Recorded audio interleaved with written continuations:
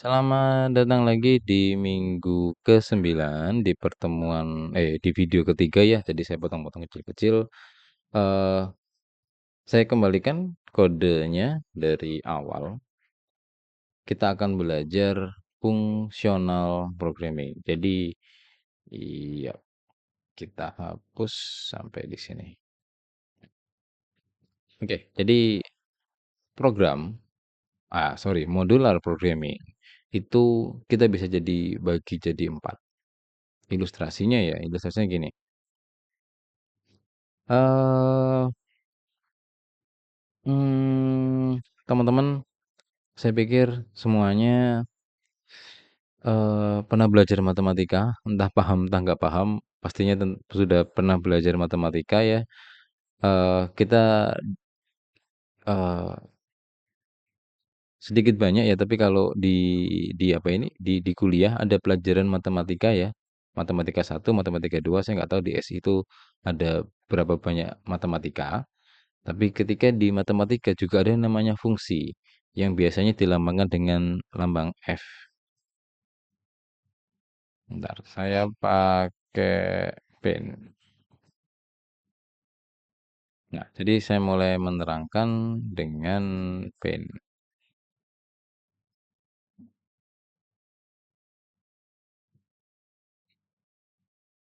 Oke, oke. Eh, kita biasanya lambang notasinya matematika seperti ini. Fx atau bla bla bla bla bla bla. Nah, berarti fungsinya namanya F. Fungsinya namanya F, baru kalau sudah F-nya kepake ganti F, G, H, I, dan seterusnya. Biasanya F, G, H, Z, dan lain-lain. Nah, ini adalah namanya fungsi di matematika. Jadi sama ketika kita melakukan pemrograman, juga sama kita juga punya sebuah fungsi. Kita juga punya fungsi. Ada juga yang seperti ini. Nah, apa artinya? Jadi fungsi bedanya apa? Yang di atas ada X, yang di bawah nggak ada X. X itu apa lah? Jadi X itu adalah parameter. Variabel, iya benar variabel. Tapi yang kita tuju di sini adalah variabelnya digunakan sebagai apa lah? X di sini adalah variabel yang bertindak sebagai parameter dari sebuah fungsi. Itu yang atas ini. Yang bawah bagaimana? Yang bawah itu tidak ada parameter karena kosong di sini. Nah, itulah fungsi. Jadi fungsi nanti kita punya parameter dan satunya tidak punya parameter. Oke, itu itu tahapan yang pertama ya. Sorry, ini gimana hapus? Hapus, hapus. Nah, ini. Kemudian di fungsi itu sebelum saya ngomong gitu ya, sebelum saya ngomong ada fungsi satunya, jadi saya ingin berilustrasi ke teman-teman. Anggap jadi gini, berandai-andai saya punya sebuah mesin. Ini mesin saya, salah, salah, salah. Kok kekecilan? Brush, bukan brush. Ini. Nah, ini mesin saya. Jadi anggap ini adalah mesin kopi saya. Nah, ini adalah outputnya nantinya.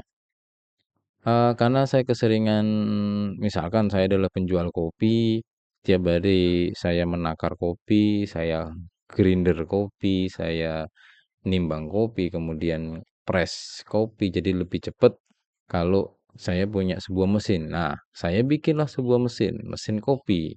Akhirnya, yang semua bahan-bahannya saya masukin di sini, kopi, gula, ataupun yang lain saya masukin di sini. Jadi tinggal pencet ataupun nggak pakai gula ya, biasanya teman-teman nggak suka pakai gula. Jadi tinggal pencet on off. Kalau saya tekan on, maka dia akan proses, kemudian akan menghasilkan satu kopi. Contoh, kopi yang saya pakai ini adalah kopi Arabica misalkan. Jadi Kalau saya memencet 10 kali on off, berarti nanti akan ada 10 cangkir kopi di sini. Nah, berarti kopi yang sama dengan takaran yang sama, semuanya sama karena bahan-bahannya sudah saya masukkan di sini. Nggak ada intervensi apapun. Jadi akan kalau pencet 5 ya keluar 5 kopi dengan rasa yang sama. Jadi saya standarkan kopinya. Itu seperti analoginya fungsi yang tanpa parameter. Yang tidak ada parameternya. Artinya kalau kita eksekusi fungsi itu sebanyak 100 kali akan menghasilkan nilai yang sama. Jika di dalamnya, saya ulangi lagi ya, jika di dalam fungsi tersebut tidak mempunyai bilangan random ataupun input, maka hasilnya akan sama semua terus sebanyak 10 kali. Oke, eh, kemudian kita beralih. Karena usaha saya sudah besar, warung kopinya, jadi akan sekarang akan banyak request ternyata. Jadi requestnya ada banyak.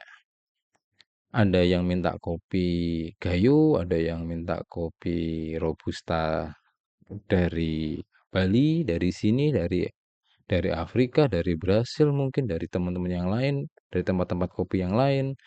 Akhirnya yang awalnya saya hanya kopi Arabica, kemudian akhirnya saya punya inputan di sini. Inputnya kopi akhirnya. Jadi karena banyak yang request, yang lainnya tetap, tapi kopinya bisa diganti. Jadi kopinya diinputkan di sini. Jadi akhirnya sekarang hasilnya nggak sama.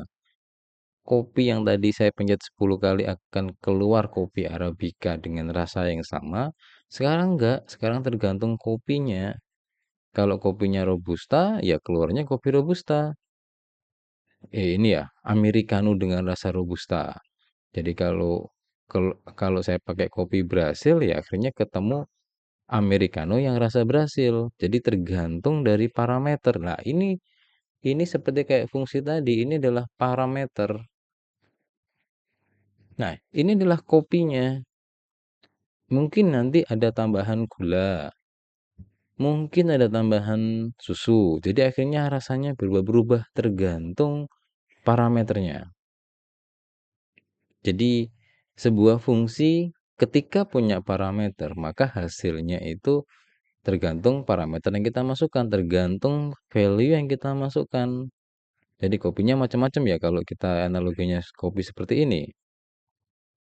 Nah, sekarang ada satu lagi jenis kopinya. Sekarang kita punya kopi ya. Jadi kopinya ini kita bisa bawa pulang. Kita bisa minum, kita bisa tambahkan gula sendiri, kita bisa tambahkan es batu ataupun yang lainnya. Nah, kemudian ada satu mesin kopi saya lagi satunya. Jadi ini tolong diingat-ingat di memori teman-teman ya karena saya hapus ininya. Kemudian saya punya sebuah mesin kopi yang bukan menghasilkan secangkir kopi, tapi hanya menghasilkan monitor aja. Jadi kalau saya pesan kopi maka hasilnya keluarnya di sini. Hanya tulisan Anda sudah berhasil membuat kopi. Kopinya mana nggak ada. Jadi hanya ada tulisan aja. Kita nggak bisa bawa pulang, kita nggak bisa pakai es batu, kita nggak bisa pakai susu. Wong fisiknya aja nggak bisa, nggak ada. Jadi hanya keluar tulisan toh. Nah, nantinya teman-teman kita akan belajar jenis dua fungsi yang ini. Oke, yang pertama yang kita bisa bawa pulang, yang kita bisa seduh lagi, yang kita bisa tambah-tambahkan yang lain. Yang satunya nggak bisa ngapa-ngapain. Kita hanya bisa lihat toh. Kita hanya bisa menikmati, tapi menikmatinya di layar.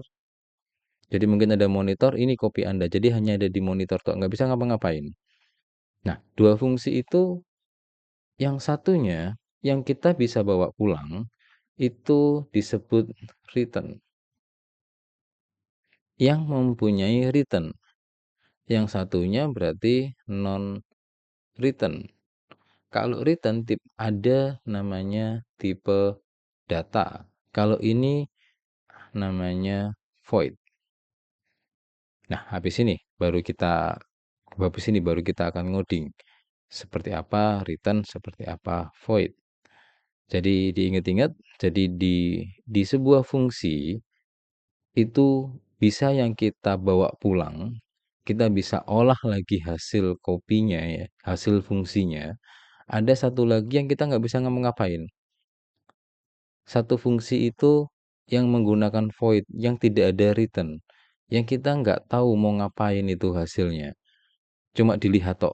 Kalau kita beli kopi ya itu hanya dilihat di layarnya tok. Oh, Anda sudah berhasil bikin kopi sudah, tapi nggak bisa diminum. Nah, itu yang ini, yang void. Kalau yang bisa diminum bisa dibawa pulang, ada namanya return. Nah, kalau kita nggak ada bawa pulang terus kenapa ya? Kenapa ada fungsi ini? Fungsinya kan akhirnya nggak berguna, bukan nggak berguna. Jadi ada fungsi-fungsi yang kita memang nggak perlu bawa pulang. Kita nggak perlu nilainya, kita hanya butuh eksekusi codingnya aja. Jadi tergantung kebutuhan. Ngapain juga butuh dibawa pulang kalau kita hanya bisa, kalau kita butuh hanya untuk nampilin toh. Nah, tadi tergantung studi kasus. Yang mana dipakai, ya tergantung studi kasus juga lagi. Yang penting kita sekarang tugasnya adalah belajar eh, semua fungsi yang ada itu seperti apa. Nanti kita tentukan mana yang harus pakai return, mana yang nggak pakai return, mana yang pakai tipe data, mana yang ada parameter, mana yang tidak ada parameter.